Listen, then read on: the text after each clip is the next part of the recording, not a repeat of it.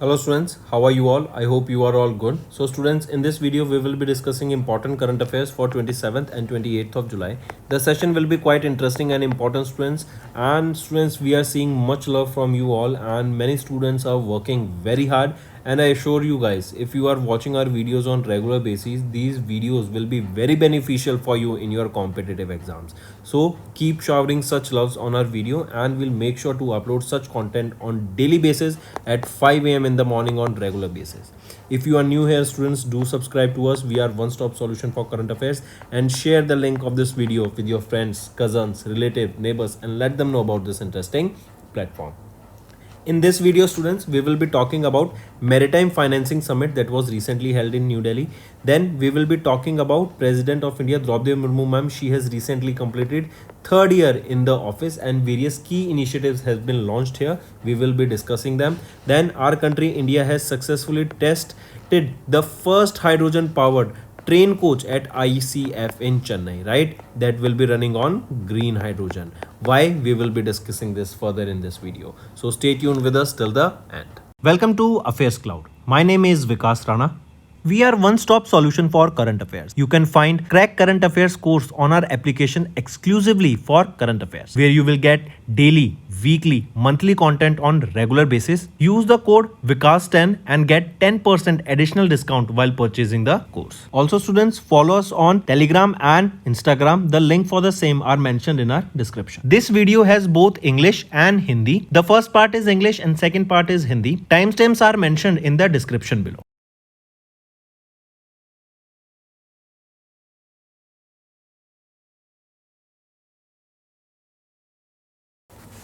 Let's start with national affairs students. Ministry of Port Shipping and Waterways has hosted the Maritime Financing Summit that was held in New Delhi. And question can be asked that this Maritime Financing Summit was hosted by whom? It was hosted by which ministry? Ministry of Port Shipping and Waterways. Where was this hosted? The location can be asked. It was held in New Delhi. This particular event, it brought together multiple senior policymakers, industry leaders, global investors and domain experts together that will be working together on transformative financing solutions for the India's maritime future. This particular summit, it aligns with the Maritime Amrit Kal vision of 2047. Why 2047? Because India wants to become a developed nation, that is Viksit Bharat, by 2047, and we will be achieving 100 years of independence in this year. With this aim, India will be working towards enhancing our maritime sector. If you remember, we are also working on cruise tourism in India that will boost our economy, and this will be a sector that will be creating a lot of job opportunities, not just in making cruises ships but also in the service sector. It will be very beneficial. Correct. So if we see here, you can see this summit, it aligns with 2047. Next thing, remember here the container handling capacity at these ports that we are talking about, as we are working towards enhancing the maritime sector. So the container handling capacity at major Indian ports has increased over 70%, and also the cargo volume that we are seeing has increased. Also the government of India has enabled 100% FDI in the shipping sector under automatic route and has allowed the easier and faster investment without any prior approval. Also, if you remember, in the space sector, government of India has approved 100% FDI. Correct. Apart from this, you can see the announcement of Maritime Development Fund. Now, as this is a fund, what this fund will do is various funding will be coming here, and with this fund will blend in financial vehicle that is aimed at lowering the capital cost, attracting long-term investment into shipyards, coastal infrastructure and inland waterways. With this, we will be seeing that this particular sector here, infrastructure will be boosted with this fund.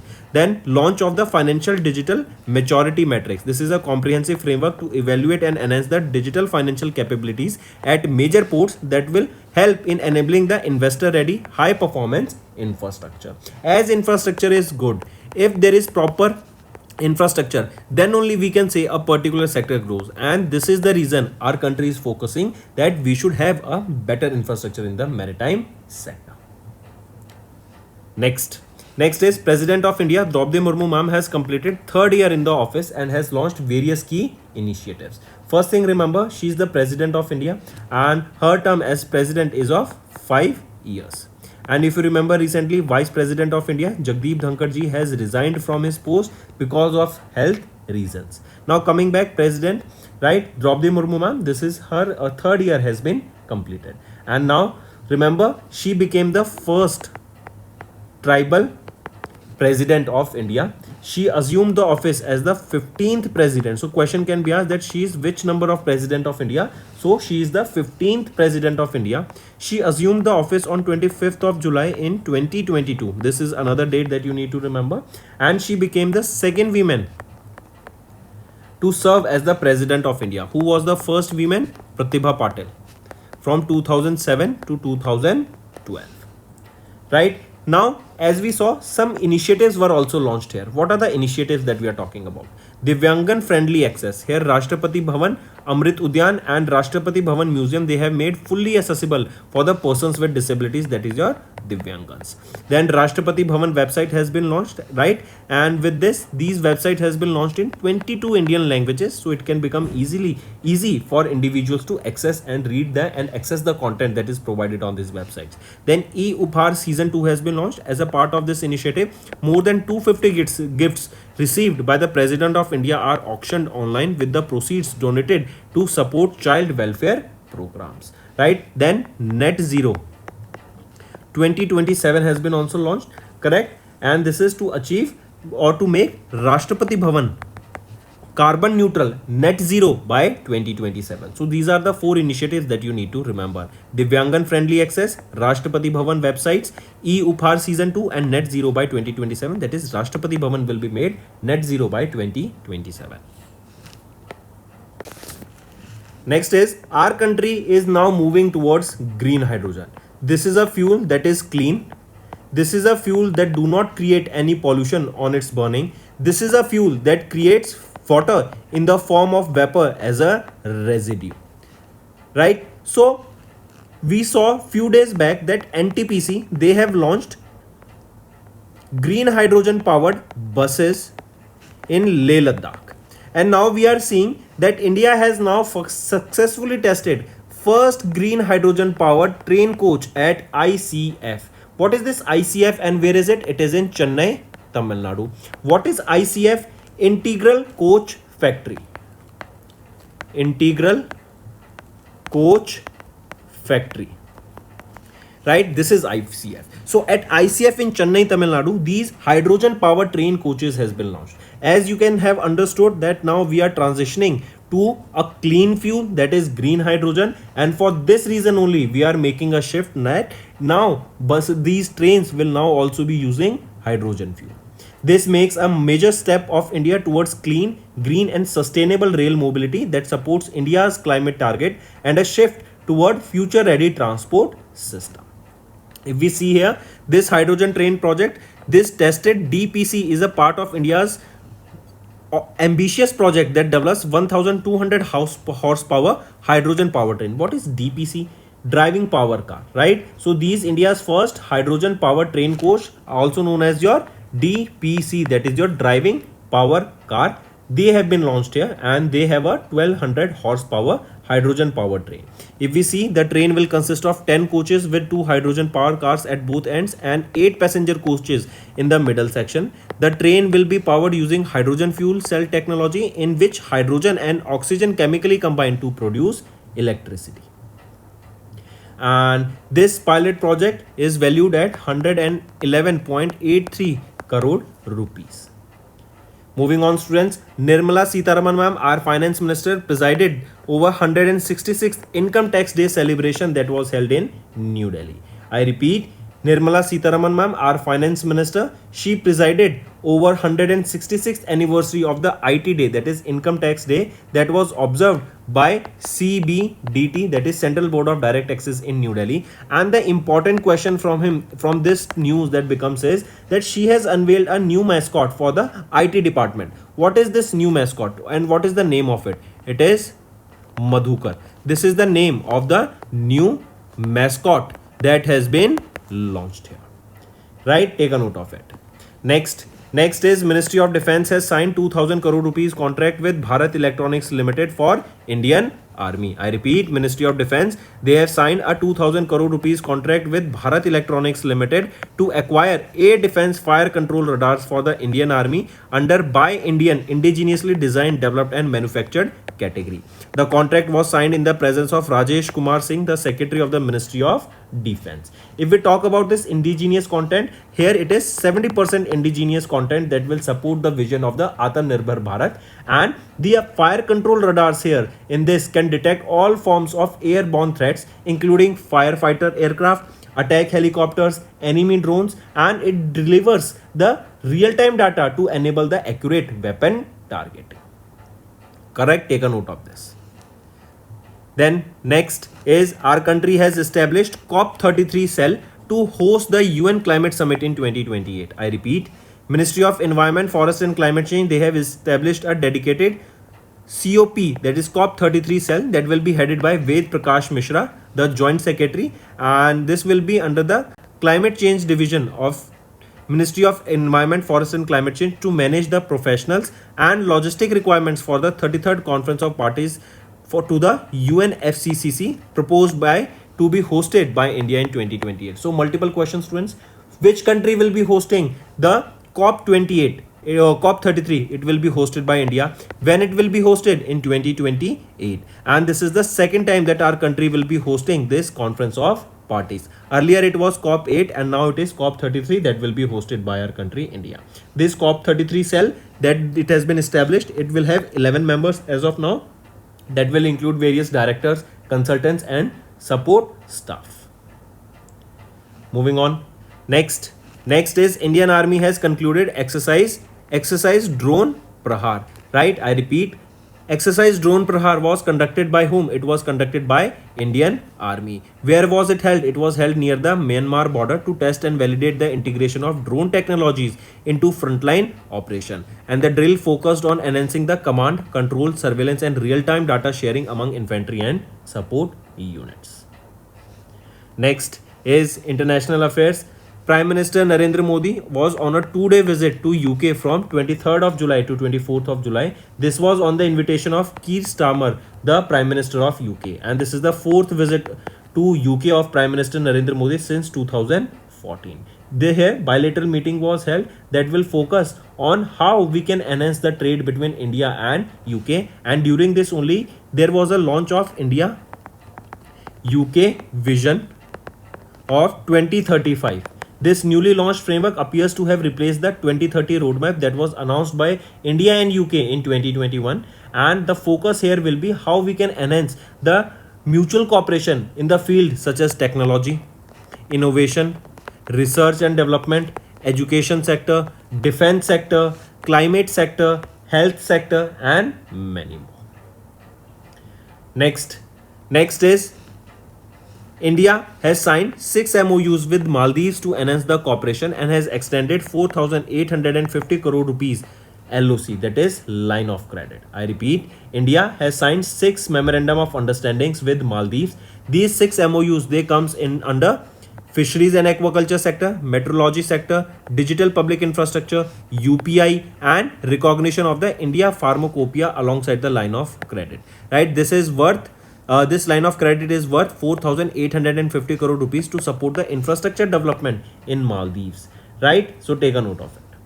Moving on, banking and finance. Xflow has received the RBI approval to operate as a cross-border payment aggregator. Again, students, if this was a simple payment aggregator, that means this Xflow could send and receive payments to the merchants on the behalf of the party within India. But now it is cross-border. That means within India as well as outside India, they will be able to send and receive money from the merchants on the behalf of the party.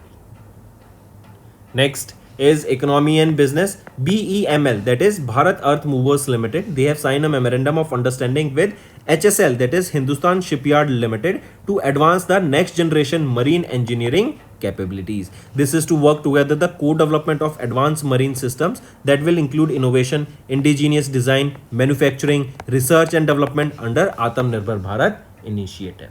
Right, here you will be seeing systems such as your low bed transportation platforms, dredging equipments, high capacity cranes, heavy load transporters, they will be focused upon. Next, ISRO Chairman Dr. V. Narayanan honored with the GP Birla Memorial Award for 2025. I repeat, Dr. V. Narayanan, the Chairman of ISRO and the Secretary of the Department of Space, has received GP Birla Memorial Award 2025 for his outstanding contribution to India's space program and advancement of cutting-edge space technologies. Here, Dr. V. Narayan, he was previously serving as the director of the Liquid Propulsion System Center, and he played a major role in developing cryogenic propulsion technology. Here, if we see if we talk about this GP Birla Memorial Award, this award recognizes the individual who has worked or who has contributed in science, education, culture, and public services, right? And it commemorates the legacy of GP Birla, a renowned industrialist and philanthropist. Correct. So now Dr. V. Narayanan, the chairman of ISRO, was honored here. Next is Government of India appointed Anuradha Thakur as the RBI Central Board of Director. And here RBI, here you can see Anuradha Thakur, right? The Secretary of the Department of Economic Affairs under the Ministry of Finance has been appointed as the director on the Central Board of RBI, becoming one of the two government nominee director. Her nomination is starting from 24th of July and will continue till further notice. If we talk about Anuradha Thakur, she's a 1994 batch IAS officer from Himachal Pradesh cadre, and she assumed the charge as the Secretary of DEA, Department of Economic Affairs, on 1st of July 2025. She replaced whom? She replaced Ajay Seth. Next, to science and technology. Russia has recently launched 20 satellites into orbit, including one from Iran. I repeat, Russia, they have launched 20 satellites using which rocket? This is one question. That is Soyuz 2.1B carrier rocket. This is the name of the rocket with the help of which Russia has launched this 20 satellites, right? And the launch included two Russian ionosphere M Earth observation satellites, right? And another was Nahid 2. This is a communication satellite from Iran. So question can be asked, name that communication satellite from Iran that was launched by Russia. It is Nahid 2. This is the name of that satellite. This Nahid, it means Venus, right, in Persian language. Take a note of it. Right, then ionosphere M satellites number 3 and 4 were launched off Russia, and 17 other smaller satellites were launched. These Russian satellites were launched.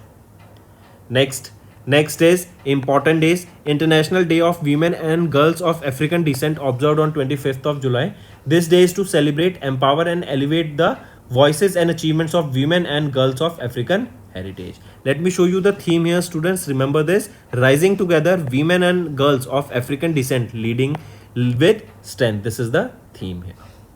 Moving on, here you can see, as we are talking about International Day of Women and Girls in Science, so with this, women and girl of African descent, here these are sustainable development of goals that are related to this. That is SD1, no poverty, SD3, SD4, SD5, SD10 and SD60. Moving on to Kargil Vijay Divas observed on 26th of July. This day is observed basically to commemorate the Indian Army's victory over Pakistan in the Kargil War of 1999. And India observed the 26th anniversary of the Kargil Vijay Divas on 26th of July 2025. If we talk about Operation Vijay, this marked India's fourth war with Pakistan and resulted in a significant military and diplomatic success for Indian Air Force during the 1999 Kargil conflict. Next is International Day for the Conservation of the Mangrove Ecosystem. This day is observed basically to commemorate and observe the mangrove ecosystem, to conserve them. And these mangroves, these are basically, as you can see here, these are near the riverbed and these are just on the riverbed, right? And you can see these are the mangroves where the roots are in water and the plants above it.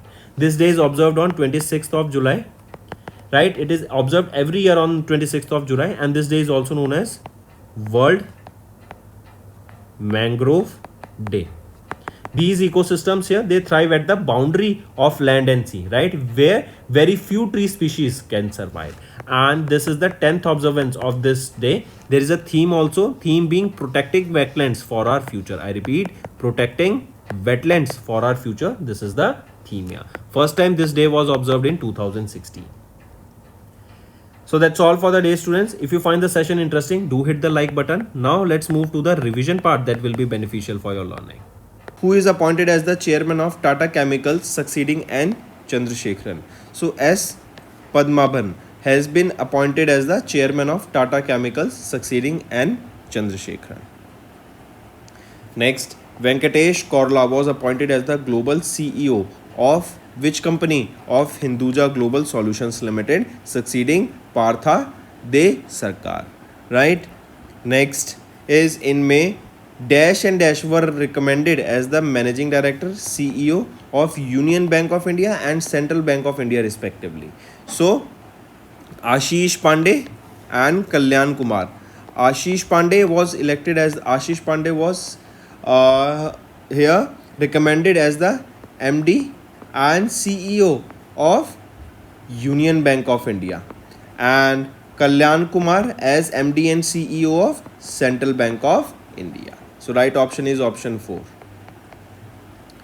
Next, in May, economist Sidi Olta was elected as the 9th president of African Development Bank during the African Development Bank annual meeting 2025 that was held in Ivory Coast. Ta belongs to which country? He belongs to Mauritania, right? And he will assume his office from 1st of September 2025 and his term will be of 5 years. Next, who was appointed as the new chairman of Telangana Grameen Bank in May, succeeding Y. Shobha? So K. Prathapa Reddy was elected as the new chairman of Telangana Grameen Bank and he will be succeeding Y. Shobha. Next, Annalena Baerbock was elected as the president of which organization in June, succeeding Philemon Yang?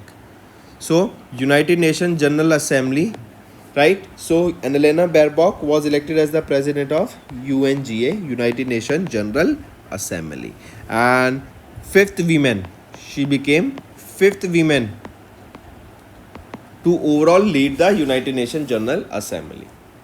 Next, mention the name of the person elected as the president of Poland in June, succeeding Andrzej Duda. So Karol Nawrocki, right, has been elected as the president of Poland, succeeding Andrzej Duda. Next is identify the organization which appointed Rajiv Memani as the president for FY26, succeeding Sanjeev Puri. So CIA, Confederation of Indian Industry, was appointed or has appointed Rajiv Memani as the president, succeeding Sanjeev Puri. Next, mention the name of the person elected as the 14th president of the Republic of Korea, that is South Korea, in June, succeeding Yoon Suk Yeol.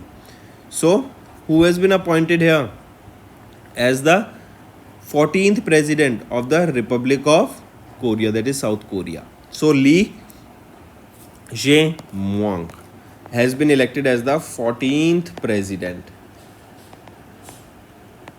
right, of the South Korea. Next, ACC has approved the extension of Swaroop Kumar Shah's tenure as MD and CEO of which public sector bank? It is for Punjab and Sindh Bank, and his term has been extended till 28th of Feb 2027. Next, Deutsche Bank AG appointed whom as the Chief Executive Officer of their Indian Global Capability Center, Deutsche Bank India, succeeding Dilip Kumar Khandelwal. So Stefan Schoffer, right, has been appointed as the Chief Executive Officer of their Indian Global Capability Center. Next, who became the first women officer from the Indian Navy to be appointed as the aide-de-camp to the President of India in May 2025? So Yashashvi Solanki became the first women officer from Indian Navy to appointed as the ADC, that is aide-de-camp to the President of India, Draupadi Murmu. Next, mention the name of the organization that extended the appointment of Indian cricketer Rohit Sharma as their brand ambassador for the second consecutive year to enhance the brand presence in India. It is TCL India Holdings Private Limited. Right? Next, Dick Schoof, the Prime Minister of Netherlands, submitted his resignation to the King William Alexander in June following the withdrawal of the far-right party Far for Freedom led by Geert Wilders from the ruling coalition. So Dick Schoof, the Prime Minister of Netherlands, has handed over his resignation recently. Next is who was given the interim charge of Managing Director and Chief Executive Officer of LIC by the Department of Financial Services starting 8th of June to 7th of September 2025. So Satpal Bhanno, right, was given the interim charge as the Managing Director and Chief Executive Officer of LIC. Next, who was appointed as the chairperson of the Economic Advisory Council to the Prime Minister in June for a period of 2 years, succeeding Suman K. Berry. So, S. Mahendra Dev, right, appointed as the chairperson of the Economic Advisory Council to the Prime Minister. Next, who has been appointed as the part-time member of the 16th Finance Commission by the President of India Draupadi Murmu ma'am following the resignation of Ajay Narayan. So, T. Ravi Shankar has been appointed as the part-time member of the 16th Finance Commission. Take a note of this important question, students. Next, name the organization that appointed Sudarshan Venu as the new chairman and managing director. So, which organization has appointed Sudarshan Venu as their new chairman and managing director? It is TVS Motor Company Limited, and he will be succeeding Sir Rolf Speth. Right? Next, CCI, that is the Competition Commission of India, has approved the acquisition of how much percentage shareholding in Kolte Patil Developers Limited, valued at approximately 1,167 crore rupees by BREP Asia 3 Holding India Holding Company 7 Private Limited. So, they have approved 40% acquisition of it. Next, identify the company in which institutional investors acquire 1.8% stake from promoter entities Bajaj Holdings and Investment Limited and Jamnalal Sons Private Limited for 5,506 crore rupees. So, identify that company. It is Bajaj Finserv Limited. Next, which country appointed Bollywood actor Katrina Kaif as their global tourism ambassador in June to boost the country's global tourism appeal ahead of the summer season and reinforce the ties with India? So, it is Maldives. Correct. Next, in June, Axis Max Life Insurance Limited appointed whom as their next MD and Chief Executive Officer, succeeding Prashant Tripathi? So, Sumit Madan. Correct. So, Axis Max Life Insurance Company has appointed Sumit Madan as their new Managing Director and Chief Executive Officer, succeeding Prashant Tripathi. Next is identify the person reappointed as the Managing Director and Chief Executive Officer of CSP Bank Limited for a period of 3 years starting from 15th of September. He will be Pralay Mondal. Next, in June, Gombozhov Zenstar was appointed as the 34th Prime Minister of Mongolia. Next, in June, Arun Srinivas was appointed as the Managing Director and Head of Meta in India, succeeding Sandhya Devanathan. Next, who was appointed as the first Women Secretary of the Department of Economic Affairs under the Ministry of Finance, succeeding Ajay Seth? So, Anuradha Thakur was appointed as the first Women Secretary of the Department of Economic Affairs. Next, mention the name of the event for which footballer Cristiano Ronaldo was announced as a global ambassador. So, he was appointed as the global ambassador for the Esports World Cup 2025 that is scheduled to be held in Riyadh from 7th of July to 24th of August. Now, students, let's move to the homework section. First question is, tell me who has been appointed as the Managing Director and Chief Executive Officer of Gift City. Gift City is in Gandhinagar, Gujarat, and who he will be replacing. Second question, tell me recently who has been appointed as the Executive Director of Axis Bank. This is your second question. Third question, who has been appointed as the chairperson of NFRA, that is National Financial Reporting Authority. Fourth question, who has assumed the charge as the mission director or managing director for Atal Innovation Mission. Fifth question, who has been appointed as the new managing director and chief executive officer for the subsidiary of Paytm, that is Paytm Money. And give me the sixth question also, students. This is also important. Tell me recently which application has won the WSIS Prize 2025 Champion Award. And seventh question, students, recently ISRO is planning a mission for a space station. Name the space station that India will be building and also a moon mission that will be launched. So tell me the mission, both the deadlines for this moon mission and for this space station also, and name the space station that India will be building. These are your 7 homework questions, students, and I need to see maximum participation from all the students watching this video. And students, reminding you again, if you watch these videos on regular basis, I want you all to like these video on daily basis, because this will motivate me to make content for you on daily basis. It will motivate me to provide best content for you all, so that you can prepare for competitive exams in a much refined and an easier way. So do hit the like button. Hello students, कैसे हैं आप सब? I hope आप सब अच्छे होंगे। तो दोस्तों, आज की वीडियो में हम 27 एंड 28 जुलाई के इंपॉर्टेंट करंट अफेयर्स डिस्कस करेंगे। आज का सेशन बहुत ही बेनिफिशियल रहेगा स्टूडेंट्स, तो एंड तक बने रहिएगा। एक और चीज़ स्टूडेंट्स, हम देख रहे हैं हमारी वीडियोस को बहुत ज़्यादा लव दिया जा रहा है एंड लोगों को बहुत ज़्यादा पसंद आ रही है। एंड जो बच्चे कॉम्पिटिटिव एग्जाम्स के लिए प्रिपेयर कर रहे हैं वो ये वीडियोस देखते हैं डेली बेसिस पे, एंड आई एम सीइंग बहुत ज़्यादा आप अपनी तरफ से लव दे रहे हैं हमें। तो ऐसे ही बने रहिए। हम मेक श्योर करेंगे कि डेली बेसिस पे हम आपको ऐसा कंटेंट प्रोवाइड कराते रहें जिससे आपकी लर्निंग कभी ना रुक सके। आप एज अ न्यूज़पेपर की तरह भी अगर हमारी वीडियोस को देखेंगे ना, तो आई मेक श्योर कि डेली बेसिस पे आपको कुछ ना कुछ सीखने को मिलेगा, which is the main point of these videos. And competitive exams में आपको बहुत ही रिफाइंड तरीके से हम आपको कंटेंट प्रोवाइड कराते हैं, जिससे टू द पॉइंट आपको कंटेंट मिल सके, टू द पॉइंट आपको नोट मिल सके, आपकी लर्निंग में कोई कमी ना आ सके। एंड स्टूडेंट्स, अगर आप हमारे साथ नए जुड़े हैं तो सब्सक्राइब करना मत भूलिएगा। इससे हमें आप एक तरीके से सपोर्ट करते हैं टू ग्रो, एंड इससे हम मेक श्योर करते हैं हमें मोटिवेशन आती रहे। एंड आप लाइक करेंगे, सब्सक्राइब करेंगे, शेयर करेंगे इस वीडियो को, तो हमें बहुत ही मोटिवेशन मिलता है to keep on going and making such content on daily basis. And इस वीडियो को अपने फ्रेंड्स, कजन्स, रिलेटिव, नेबर्स सभी के साथ शेयर कर दो and let them know about this interesting platform. इस वीडियो में स्टूडेंट्स हम बात करेंगे मैरीटाइम फाइनेंसिंग समिट की, जो अभी न्यू दिल्ली में लॉन्च की गई, वहाँ पे होस्ट हुई थी। देन हम बात करेंगे president of India Draupadi Murmu ma'am, जो कि 15वीं प्रेसिडेंट है इंडिया की एंड सेकंड वीमेन प्रेसिडेंट है इंडिया की। उन्होंने अपना 3rd ईयर कंप्लीट कर लिया ऑफिस में, उसको डिस्कस करेंगे। देन हम बात करेंगे इंडिया के द्वारा अभी पहली हाइड्रोजन पावर्ड ट्रेन कोच को टेस्ट किया गया at ICF in Chennai, Tamil Nadu. All these things and many more आज की वीडियो में हम डिस्कस करेंगे, तो एंड तक बने रहिएगा।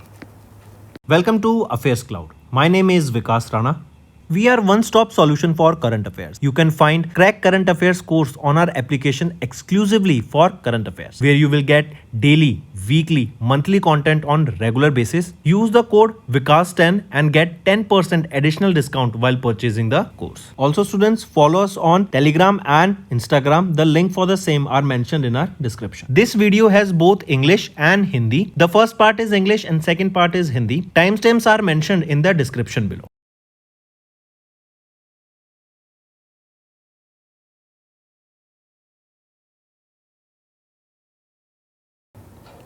स्टार्ट करते हैं नेशनल अफेयर से। Ministry of port shipping and waterways ने होस्ट किया मैरीटाइम फाइनेंसिंग समिट को। तो पहला क्वेश्चन तो यही बन जाता है कि किस मिनिस्ट्री के द्वारा होस्ट किया गया, तो ministry of port shipping and waterways के द्वारा होस्ट किया गया maritime financing summit. Next question आ जाता है लोकेशन, कहां पर यह समिट हुई, तो ये न्यू दिल्ली में हमें समिट देखने को मिली। यहां पर policy makers, industry leaders, global investors, domain experts का पार्टिसिपेशन देखने को मिला, ताकि इंडिया के मैरीटाइम सेक्टर को हम ग्रो कर सकें, फ्यूचर प्रूफ कर सके हम अपने मैरीटाइम सेक्टर को। इसके लिए हमें इंफ्रास्ट्रक्चर के ऊपर बहुत ज़्यादा जोर देना पड़ेगा, ताकि हमारा जो एम है 2047 का, जब इंडिया को 100 साल पूरे हो जाएंगे आज़ादी के एंड इंडिया का टारगेट है विकसित भारत बनने का, एक डेवलप्ड नेशन बनने का, उसको हम अचीव कर सकेंगे। तो अगर हमें इंफ्रास्ट्रक्चर स्ट्रॉन्ग करना है, तो इसी के अंडर आप देखेंगे कुछ इनिशिएटिव्स लॉन्च किए गए, जैसे मैरीटाइम डेवलपमेंट फंड लॉन्च किया गया, जिससे हमारा जो इंफ्रास्ट्रक्चर है हम उसको बेटर कर सकेंगे, लॉन्ग टर्म इंफ्रास्ट्रक्चर बेटर कर सकेंगे। जैसे इंफ्रास्ट्रक्चर में हम शिपयार्ड्स को अच्छा करेंगे, कोस्टल इंफ्रास्ट्रक्चर ग्रो करेंगे, इनलैंड वाटरवेज के ऊपर ध्यान देंगे। इवन अगर आपको याद हो तो क्रूज टूरिज्म के ऊपर यहाँ पे इंडिया ने बोला कि हम बहुत अच्छे से ग्रो करेंगे, क्रूज टूरिज्म को लाएंगे जिससे डेवलपमेंट होगी as well as employment generation होगी। सिर्फ क्रूज बनाने को ही नहीं बल्कि इसकी सर्विसेज के टाइम पर जो सर्विसेज डिलीवरी होंगी, प्रीमियम लग्जरी सर्विसेज डिलीवरी की जाएंगी, उसके टाइम पे भी बहुत सारी एम्प्लॉयमेंट जनरेट होती हुई दिखेगी। फिर इसके अलावा फाइनेंशियल डिजिटल मैच्योरिटी मैट्रिक्स को लॉन्च किया गया। ये एक कॉम्प्रिहेंसिव फ्रेमवर्क है जो इवेल्युएट करेगा कि कैसे डिजिटल फाइनेंस कैपेबिलिटीज को एट दीज मेजर पोर्ट्स हम ग्रो कर सकते हैं एंड इन्वेस्टर रेडी हम इनको बना सकते हैं एंड एक हाई परफॉर्मेंस इंफ्रास्ट्रक्चर बना सकें ताकि ये इन्वेस्टर्स के लिए भी काफ़ी ज़्यादा बेनिफिशियल हो। इवन अगर आप देखें तो इंडिया का जो कंटेनर हैंडलिंग कैपेसिटी है एट मेजर पोर्ट्स वो 70% से बढ़ गई, कार्गो वॉल्यूम्स बढ़ता हुआ दिखा एंड गवर्नमेंट ऑफ इंडिया ने 100% एफडीआई अलाउ कर दिया in the shipping sector. Even अगर आपको याद हो तो 100% एफडीआई हमें स्पेस सेक्टर में भी देखने को मिलता है। आपका होमवर्क है, आप मुझे बताओ इसके अलावा कौन से वो 2-3 और सेक्टर्स हैं जहां पर हमें 100% एफडीआई देखने को मिलता है गवर्नमेंट ऑफ इंडिया के द्वारा। चलिए नेक्स्ट पे आ जाते हैं। फिर बात करते हैं president of India Draupadi Murmu ma'am, इनका 3रा साल पूरा हो गया ऑफिस में एंड इनके द्वारा कुछ इनिशिएटिव्स यहाँ पे लॉन्च किए गए हैं। अगर हम बात करें president of India Draupadi Murmu ma'am की तो इनका 3rd ईयर पूरा हुआ है। कितने ईयर्स होते हैं टोटल? 5 साल का इनका टर्म होता है। ये पहली ट्राइबल वीमेन बनी जो कि प्रेसिडेंट बनी है इंडिया की एंड सेकंड वीमेन है ये जो कि प्रेसिडेंट बनी है इंडिया की। पहली वीमेन कौन थी? वो थी प्रतिभा पाटिल। 2007 से लेके 2012 तक वो इस पोजीशन पे थी। देन इनके द्वारा ये जो सक्सेस हमें देखने को मिला 3 साल पूरे हुए, इसके दौरान आप देख सकते हैं कुछ इनिशिएटिव लॉन्च किए गए जैसे दिव्यांगन फ्रेंडली एक्सेस, मतलब राष्ट्रपति भवन, अमृत उद्यान एंड राष्ट्रपति भवन म्यूजियम्स को पीडब्ल्यूडी पर्सन्स विद डिसेबिलिटी जो कि दिव्यांगन होते हैं उनके लिए एक्सेसिबल बना दिया गया है, उनके लिए वो इजी यहाँ पे एक्सेस कर सकेंगे। देन राष्ट्रपति भवन की वेबसाइट यहाँ पे लॉन्च की गई है 22 इंडियन लैंग्वेजेस में। देन ई उपहार का सीजन 2 लॉन्च किया गया जहाँ पे मोर देन 250 गिफ्ट्स रिसीव किए गए बाय प्रेसिडेंट ऑफ इंडिया। इनको ऑक्शन किया जाएगा ऑनलाइन पे, जो ऑक्शन के थ्रू जो पैसा रिसीव होगा उस पैसे को फर्दर डोनेट किया जाएगा चाइल्ड वेलफेयर प्रोग्राम्स के लिए। देन इसके बाद एक इलेक्ट्रॉनिक ई बुक लॉन्च की गई जो कि प्रेसिडेंसी के दौरान प्रेसिडेंट की जो एंगेजमेंट्स हैं, स्पीचेस हैं, उसकी जो एक पास्ट 1 ईयर की जो पूरी हिस्ट्री है वो इस बुक में लॉन्च की जाएगी। एंड इसी के अलावा नेट जीरो 2027 टारगेट को लॉन्च किया गया कि राष्ट्रपति भवन को हम कार्बन न्यूट्रल बना सकें, वहां से उसको नेट जीरो कर सकें बाय 2027। तो ये कुछ इनिशिएटिव्स हैं जो आप मार्क करें, पूछे जा सकते हैं। फिर आ जाते हैं इंडिया के द्वारा सक्सेसफुली टेस्ट की गई पहली हाइड्रोजन पावर ट्रेन कोच को एट आईसीएफ फैसिलिटी जो कि चेन्नई तमिलनाडु में देखने को मिलेगी। देखो हाइड्रोजन होती हैं कई तरह की, green hydrogen, red hydrogen, orange hydrogen, brown hydrogen.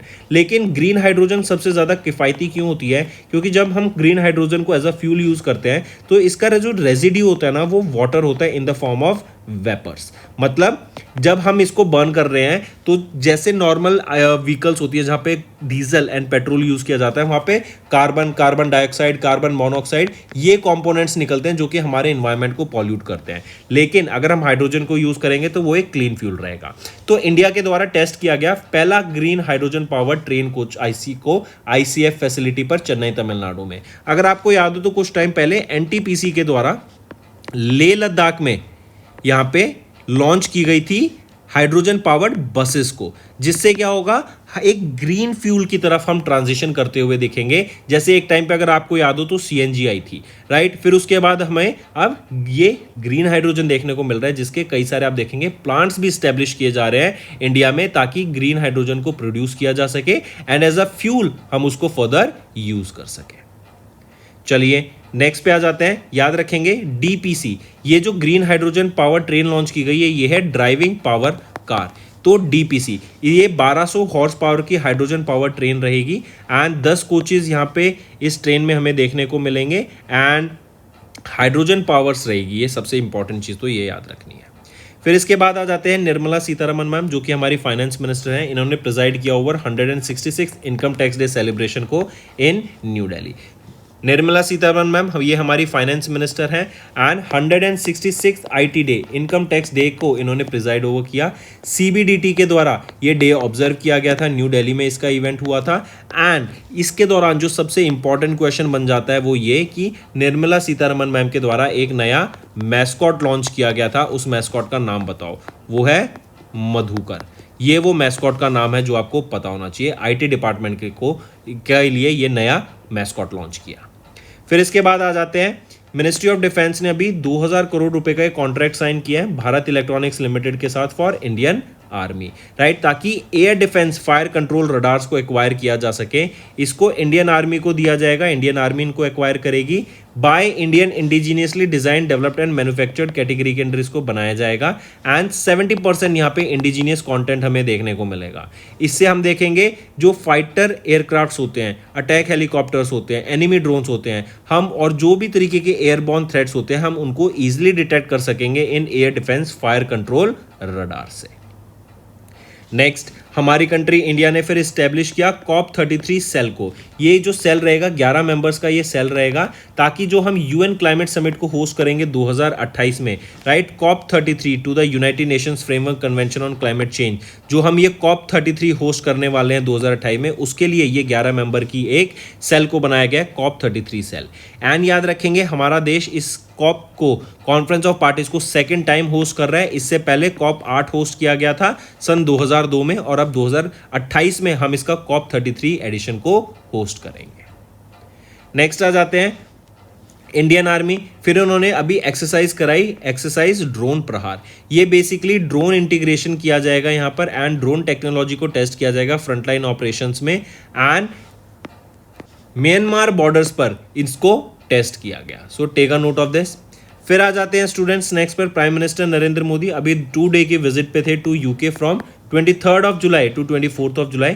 कीर स्टारमर जो कि प्राइम मिनिस्टर हैं यूके, उनके द्वारा इनको विजिट का इनविटेशन दिया गया था एंड ये 4th टाइम है सिंस 2014 की प्राइम मिनिस्टर नरेंद्र मोदी अभी यूके के विजिट पे थे।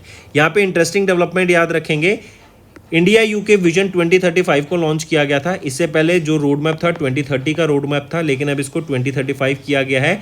रीजन बीइंग कि हम यहाँ पे फर्दर और ग्रोथ देखेंगे, दोनों कंट्रीज के बीच में टाइज बढ़ता हुआ दिखेगा and economy growth, technology, innovation, research and development, education, defence, climate action, health, इन सब के ऊपर यहाँ पर हम काम होते हुए दिखेंगे दोनों देशों के बीच में।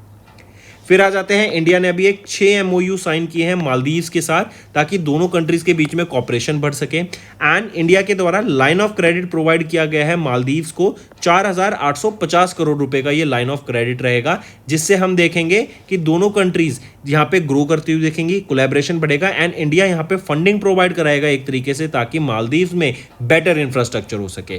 किन फील्ड्स में? फिशरीज एंड एक्वाकल्चर में, मेट्रोलॉजी में, डिजिटल पब्लिक इंफ्रास्ट्रक्चर में, यूपीआई में and recognition of the India pharmacopoeia, जिसमें हम देखेंगे इन सेक्टर्स में 4850 करोड़ रुपए का ये लाइन ऑफ क्रेडिट प्रोवाइड किया गया है, ताकि इन सेक्टर्स में हम फंडिंग देख सकें, ग्रोथ देख सकें। इवन इंडिया एंड मालदीव्स के द्वारा जॉइंटली अभी नेगोशिएशंस किए जा रहे हैं फ्री ट्रेड एग्रीमेंट के दोनों देशों के बीच में, जिससे ट्रेड बूस्ट होता हुआ हमें दिखेगा।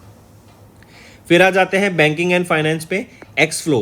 इनको आरबीआई का अप्रूवल मिल गया कि ये क्रॉस बॉर्डर पेमेंट एग्रीगेटर के तौर पे काम कर सकते हैं। पेमेंट एग्रीगेटर क्या होता है कि आप ये मर्चेंट्स के बिहाफ पर, या फिर हम बोले मर्चेंट से विद इन इंडिया आप पैसा सेंड कर सकते हैं एंड रिसीव कर सकते हैं। ये तो हो गया क्रॉस बॉर्डर, लेकिन एक्सफ्लो क्या करेगा, ये क्रॉस बॉर्डर पेमेंट एग्रीगेटर बन गए हैं। तो मतलब बिटवीन द कंट्रीज अगर आपका कोई पार्टी है, राइट, एंड वो दूसरी कंट्री से ट्रेड कर रहे हैं, तो उनके बिहाफ पे वो पैसा मर्चेंट से सेकंड कंट्री से पैसा रिसीव कर सकते हैं एंड उनको सेंड कर सकते हैं। हेंस एक्सफ्लो, इनको ये आरबीआई का अप्रूवल मिल गया to operate as a cross border payment aggregator. फिर आ जाते हैं स्टूडेंट्स इकोनॉमी एंड बिजनेस पर, भारत अर्थ मूवर्स लिमिटेड। इन्होंने एक एमओयू साइन किया है हिंदुस्तान शिपयार्ड्स लिमिटेड के साथ, ताकि next generation marine engineering capabilities को बढ़ावा दिया जा सके, मरीन सेक्टर को टेक्नोलॉजी का हम बूस्ट दे सकें। कैसे? हम न्यू टेक्नोलॉजीज को यहाँ ला सके जो कि इंडिया में रिसर्च एंड डेवलपमेंट करके बनाई गई हैं, जिससे हम देखेंगे एक बेटर प्लेटफॉर्म मिल सकेगा इस सेक्टर को। यहीं पे हम देखेंगे low bed transformation platform, dredging equipments, high capacity cranes, heavy load transporters, इन सब के ऊपर हम काम होता हुआ देखेंगे। नेक्स्ट आ जाते हैं इसरो के चेयरमैन डॉक्टर वी नारायणन, इनको ऑनर किया गया जीपी बिरला मेमोरियल अवार्ड 2025 से। इनका जो कंट्रीब्यूशन है स्पेस प्रोग्राम एंड एडवांसमेंट के लिए for using cutting edge space technologies, इसके लिए इनको यहाँ पे doctor GP Birla memorial award से सम्मानित किया गया। देखो याद रखेंगे ये जो जीपी मेमोरियल अवार्ड है ना, ये किसी इंडिविजुअल को दिया जाता है जिनका आउटस्टैंडिंग कंट्रीब्यूशन रहा है science, education, culture and public services के लिए। एंड ये award Kolkata West Bengal G P Birla archaeological, astronomical and scientific institute के द्वारा दिया जाता है। एंड जीपी बिरला जो कि एक रिनोन्ड इंडस्ट्रियलिस्ट एंड फिलेंथ्रोपिस्ट थे, उनको ऑनर करने के लिए उनके नेम के बिहाफ पर यह अवार्ड दिया जाता है। एंड डॉक्टर वी नारायणन इनको यहाँ पे सम्मानित करा गया। फिर आ जाते हैं गवर्नमेंट ऑफ इंडिया ने अपॉइंट किया अनुराधा ठाकुर को as the RBI central board director. Anuradha Thakur की अगर हम बात करें तो ये 1994 बैच की आईएएस ऑफिसर है हिमाचल प्रदेश कैडर से। एंड इन्होंने secretary of department of economic affairs की पोस्ट संभाली 1 जुलाई 2025 से। इन्होंने सक्सीड किया अजय सेठ को। तो अभी रिसेंटली गवर्नमेंट ऑफ इंडिया ने अपॉइंट किया है इनको, जो कि है secretary of the department of economic affairs under the ministry of finance. ये डायरेक्टर अपॉइंट की गई हैं सेंट्रल बोर्ड ऑफ की, और director on the central board of RBI, right, take a note of this. Next आ जाते हैं Russia. इनके द्वारा 20 सैटेलाइट्स अभी इन ऑर्बिट में लॉन्च की गई, जिसमें से एक सैटेलाइट ईरान की रहेगी। सोयूज 2.1B ये वो रॉकेट का नाम है जिसकी मदद से ये सैटेलाइट्स को लॉन्च किया गया था। ये सोयूज 1B तो आप रट लो, ये वो रॉकेट है जो रशिया का रॉकेट है। कहीं भी अगर पूछा जाए most of the time Soyuz 2.1B rocket की मदद से ही यहाँ पे सैटेलाइट्स को लॉन्च किया जाता है। 20 सैटेलाइट्स रहेंगी, जिसमें से 17 स्मॉल सैटेलाइट्स हैं रशिया की। एक सैटेलाइट आ जाती है आपकी ईरान की, जो कि है नाहिद 2। ये वो एक कम्युनिकेशन सैटेलाइट है ईरान की, जो कि लॉन्च की गई है अभी। एंड इसके अलावा हम देखेंगे नाहिद 2, ये क्या है, वीनस इसका मतलब होता है पर्शियन लैंग्वेज में। एंड इसके अलावा 2 और सैटेलाइट रहेंगी, ionosphere M satellite number 3 and number 4। तो ये 20 सैटेलाइट्स हो गई हैं total, 17 small satellites, then ionosphere M satellite number 3 and 4, and then फिर आपकी ईरान की सैटेलाइट जो कि है Nahid 2। Moving on, important days पर आ जाते हैं। International Day of Women and girls of African Descent, ये 25 जुलाई को ऑब्जर्व किया गया। ये डे ऑब्जर्व किया जाता है ताकि जो अचीवमेंट्स हैं, जो वॉइसेस हैं, जो राइट्स हैं वीमेन एंड गर्ल्स की ऑफ अफ्रीकन हेरिटेज, उनको एम्पावर करने के लिए, उनको ऑर्गेनाइज या फिर उनके बारे में अवेयर कराने के लिए, राइट। यहाँ पे एक थीम याद रखेंगे, rising together women and girls of African descent leading with strength. ये आपकी थीम देखने को हमें मिलेगी। इसके बाद आ जाते हैं SDG 1, 3, 4, 5, 10 एंड 16। ये कुछ सस्टेनेबल डेवलपमेंट गोल्स हैं जो यहाँ पे वीमेन से रिलेटेड है, ताकि हम इनको ग्रो कर सकें, इक्वेलिटी के ऊपर ध्यान दिया जा सके। फर्दर हम बात करेंगे कारगिल विजय दिवस की। 26 जुलाई को ये डे ऑब्जर्व किया जाता है स्टूडेंट्स। कारगिल दिवस ये ऑब्जर्व किया जाता है जो इंडियन आर्मी की विक्ट्री रही है over Pakistan in the 1999 war, उसको कमेमोरेट करने के लिए, उसको ऑनर करने के लिए ये डे हम ऑब्जर्व करते हैं। इंडिया एंड पाकिस्तान की ये 4th लड़ाई बोली जाती है। It marks the 4th war with Pakistan, जहां पर हमें काफ़ी ज़्यादा फाइट देखने को मिली थी। 1999 कारगिल विक्ट्री में जो हमें एक विजय प्राप्त हुई थी, उसको ऑनर करने के लिए ये डे ऑब्जर्व किया जाता है। इसी को हम ऑपरेशन विजय बोल देते हैं। एंड कारगिल विजय दिवस 26 जुलाई को ऑब्जर्व किया जाता है। इस बार हमने उसकी 26वीं एनिवर्सरी ऑब्जर्व करी है, तो मार्क करके चलेंगे। फिर आ जाते हैं International day for the conservation of the mangrove ecosystem. Mangroves क्या होते हैं, जैसे मान लो ये एक सी है, राइट, ये आपका लैंड हो गया।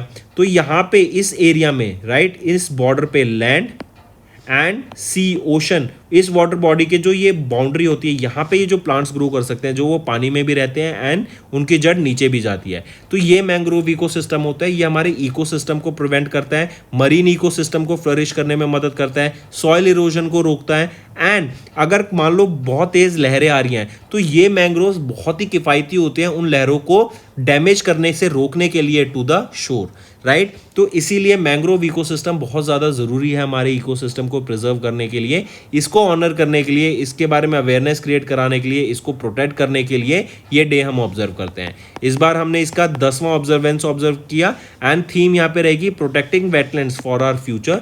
ये हमें थीम देखने को मिलती है, राइट। एंड ये 10वां ऑब्जर्वेंस है international day for the conservation of the mangrove ecosystem. Next, UNESCO के द्वारा ये डे ऑब्जर्व किया जाता है स्टूडेंट्स, इसी को वर्ल्ड मैंग्रोव डे के नाम से भी जानते हैं। और हमने कल देखा था यूनेस्को से किस कंट्री ने एग्जिट कर दिया है, यूएसए के ने। इससे पहले 2017 में भी उन्होंने एग्जिट किया था यूनेस्को से, राइट। एंड इसी के अलावा एक और चीज याद रखेंगे, वर्ल्ड हेल्थ ऑर्गेनाइजेशन से भी यूएसए ने एग्जिट कर दिया है। कमिंग बैक स्टूडेंट्स, तो ये थे हमारे आज के इंपॉर्टेंट करंट अफेयर्स। सेशन पसंद आए तो वीडियो को लाइक करना, शेयर करना एंड अपने दोस्तों के साथ इसको जरूर डिस्कस करना and let them know about this affairs cloud platform. तो दोस्तों अब चलते हैं रिवीजन पार्ट पर, जो आपकी लर्निंग में काफी बेनिफिशियल रहेगी। अभी आइडेंटिफाई करो उन पर्सन को जिनको री इलेक्ट किया गया है president of Wada, world anti doping agency का। अगर यही देखें साइमल्टेनियसली, इंडिया की कौन सी हो जाती है, नेशनल एंटी डोपिंग एजेंसी। तो किनको अपॉइंट रीअपॉइंट किया गया है, वो है विटोल्ड बैंका को, राइट। इनको रीअपॉइंट कर लिया गया है। इनका जो नया टर्म स्टार्ट होगा 1 जनवरी 2026 से लेके आपका 31 दिसंबर 2028 तक ये इनका टर्म रहने वाला है। नेक्स्ट आ जाते हैं, किनको अपॉइंट किया गया chairman of Tata chemicals succeeding N Chandrasekaran. तो एस पद्माभन, राइट, इनको अपॉइंट किया गया चेयरमैन ऑफ टाटा केमिकल्स, जो सक्सीड करेंगे एन चंद्रशेखरन को। नेक्स्ट आ जाते हैं वेंकटेश कोरला, इनको अपॉइंट किया गया ग्लोबल चीफ एग्जीक्यूटिव ऑफिसर, कहाँ का, तो हिंदुजा ग्लोबल सॉल्यूशंस लिमिटेड का इनको अपॉइंट किया गया है चीफ एग्जीक्यूटिव ऑफिसर। ये सक्सीड करेंगे पार्था दे सरकार को। नेक्स्ट, मई के महीने में आशीष पांडे, इनको अपॉइंट किया गया अभी recently managing director and chief executive officer union bank of India का, राइट। वहीं पे अगर बात करें कल्याण कुमार, इनको अपॉइंट किया गया managing director and chief executive officer आपका सेंट्रल बैंक ऑफ इंडिया का। तो राइट ऑप्शन, ऑप्शन 4। नेक्स्ट, मई के महीने में इकोनॉमिस्ट सिद्धि उल्ता, इनको इलेक्ट किया गया 9th president of African development bank during the African development bank annual meeting 2025 की, जो कि आइवरी कोस्ट में हुई। ये जो ताएं, ये बिलोंग्स टू विच कंट्री, ये किस कंट्री से बिलोंग करते हैं, तो ये बिलोंग करते हैं मॉरिटाना से। नेक्स्ट, किन को अपॉइंट किया गया नया चेयरमैन ऑफ तेलंगाना ग्रामीण बैंक मई के महीने में, जो सक्सीड करेंगे वाई शोभा को, तो वो है के प्रतापा रेड्डी। नेक्स्ट, एनालेना बैरबॉक, इनको इलेक्ट किया गया प्रेसिडेंट किस ऑर्गेनाइजेशन का जून के महीने में, जो सक्सीड करेंगी फिलेमॉन यांग को, तो वो है United nation general assembly. Next, mention the name of the person जो कि इलेक्ट किए गए प्रेसिडेंट ऑफ पोलैंड, जो सक्सीड करेंगे आंद्रेज डूडा को, तो कैरोल नवरोस्की, ये इलेक्ट किए गए हैं प्रेसिडेंट ऑफ पोलैंड एंड ये सक्सीड करेंगे एंद्रेज डूडा को। इसके बाद आ जाते हैं स्टूडेंट्स, आइडेंटिफाई करो उस ऑर्गेनाइजेशन को जिसने अपॉइंट किया राजीव मेमानी को as the president for FY26 succeeding Sanjeev Puri. तो कौन सी ऑर्गेनाइजेशन है, वो है confederation of Indian industry. Next, उन पर्सन का नाम बताओ जिनको इलेक्ट किया गया 14th president of the republic of South Korea in June succeeding Yoon Suk Yeol, तो वो है ली जॉ म्वांग, राइट। इनको इलेक्ट किया गया है 14th president of the South Korea. फिर आ जाते हैं, ACC ने अप्रूव किया एक्सटेंशन ऑफ स्वरूप कुमार शाह का term as the managing director and CEO of which public sector bank, तो Punjab and Sindh national bank के यहाँ पे ये पंजाब एंड सिंध बैंक के अपॉइंट किए गए हैं MD and CEO, basically extend किया गया इनका term. Next, Deutsche bank AG appointed, Deutsche bank AG ने किनको अपॉइंट किया as the CEO of the Indian GCC global capability centre Deutsche bank India का, जो सक्सीड करेंगे दिलीप कुमार खंडेलवाल को, तो वो है स्टेफन शॉफर। नेक्स्ट, कौन बन गए हैं पहले women officer from the Indian navy to be appointed as the aide de camp to the president of India, तो कौन बन गई हैं, वो हैं यशस्वी सोलंकी। ये पहली वीमेन ऑफिसर बनी है फ्रॉम द इंडियन नेवी जो ADC aide de camp appoint की गई है प्रेसिडेंट की। Next, mention the name of the organisation जिसने एक्सटेंड किया appointment of Indian cricketer Rohit Sharma as their global brand ambassador, right. And ये इनका सेकंड कॉन्सिक्यूटिव ईयर रहेगा एज द ब्रांड एम्बेसडर यहाँ पर, तो ये है TLC India holdings private limited. फिर आ जाते हैं डिक स्कूफ, ये कहाँ के प्राइम मिनिस्टर हैं, ये नीदरलैंड के प्राइम मिनिस्टर हैं। इन्होंने अपना रेजिग्नेशन अभी सबमिट कर दिया था अपने किंग को। नेक्स्ट, नेक्स्ट आ जाते हैं, किनको अभी इंटर्म चार्ज दिया गया as MD and CEO of LIC life insurance corporation of India का by DFS department of financial services के द्वारा। तो किनको इंटर्म चार्ज दिया गया है एमडी एंड सीईओ का, वो कौन रहेंगे, वो हैं सतपाल बानो। नेक्स्ट आ जाते हैं, किनको अपॉइंट किया गया chairperson of economic advisory council to the prime minister जून के महीने में 2 साल के लिए, जो सक्सीड करेंगी सुमन के बेरी को, तो वो है S Mahendra Dev. Next, who has been appointed as the part-time member of the 16th Finance Commission by the President of India, Draupadi Murmu ma'am, following the resignation of Ajay Narayan. तो T. Ravi Shankar. Next, name the organization जिन्होंने appoint किया सुदर्शन वेनु को as their new chairman and managing director जून के महीने में, तो वो है कौन सी company, TVS motor company limited. ये किनको सक्सीड करेंगे, ये सक्सीड करेंगे सर राल्फ स्पेथ को। नेक्स्ट, सीसीआई ने अप्रूव किया acquisition of how much percent share holding in the Kolte Patil developers limited, जिसकी वैल्यूएशन है 1167 करोड़ रुपीस। तो 40% एक्वायर करने की यहाँ पे बात की गई, जो अप्रूवल मिला है। नेक्स्ट, आइडेंटिफाई करो कंपनी को इन विच इंस्टीट्यूशनल इन्वेस्टर्स उन्होंने एक्वायर किया 1.8% stake from promoters entities Bajaj holdings and investment limited and Jamnalal sons private limited 5,506 crore रुपए की लागत से। तो आइडेंटिफाई करो कंपनी, वो है बजाज फिनसर्व लिमिटेड। किस कंट्री ने अपॉइंट किया बॉलीवुड एक्टर कैटरीना कैफ को as their global tourism ambassador जून के महीने में to boost the country's global tourism appeal ahead of the summer season and reinforce the ties with India. तो वो कौन सी कंट्री रहेगी, मालदीव्स रहेगी। Next, Axis Max life insurance limited, इन्होंने अपॉइंट किया किनको as the next managing director and chief executive officer succeeding प्रशांत त्रिपाठी। तो सुमित मदान, राइट, इनको यहाँ पे अपॉइंट किया गया है as the next MD and CEO Axis Max life insurance के, एंड ये सक्सीड करेंगे प्रशांत त्रिपाठी को। नेक्स्ट, आइडेंटिफाई द पर्सन जिनको रीअपॉइंट किया गया as MD and CEO of CSB bank limited 3 साल के लिए स्टार्टिंग फ्रॉम 15 सितंबर 2025, तो वो है प्रलय मॉन्डल।